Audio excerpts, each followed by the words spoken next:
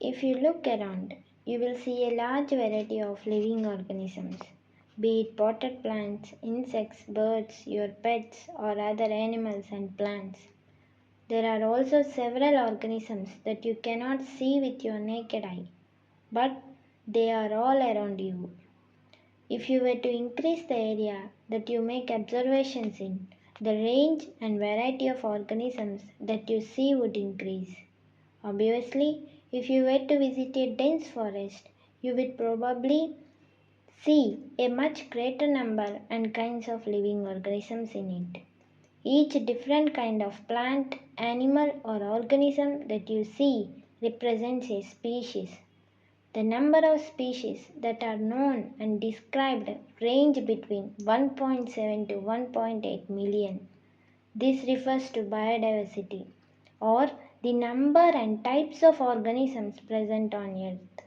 We should remember here that as we explore new areas or even old ones, new organisms are continuously being identified.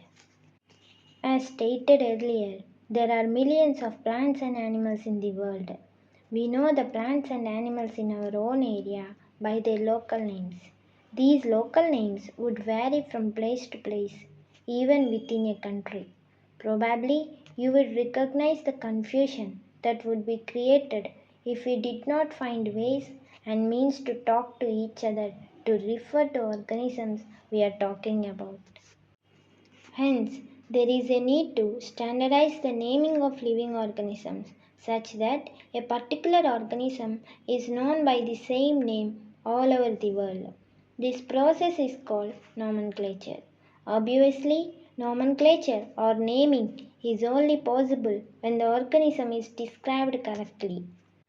And we know to what organism the name is attached to. This is identification.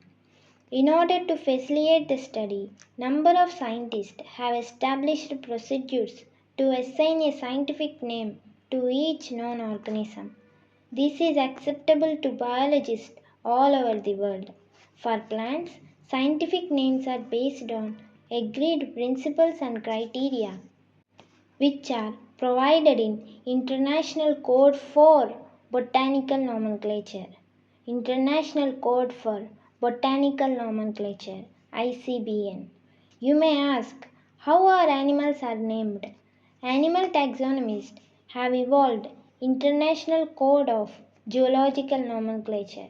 International Code of Geological Nomenclature ICGN. The scientific names ensure that each organism has only one name. Description of any organism should enable the people in any part of the world to arrive at the same name. They also ensure that such a name has not been used for any other known organism.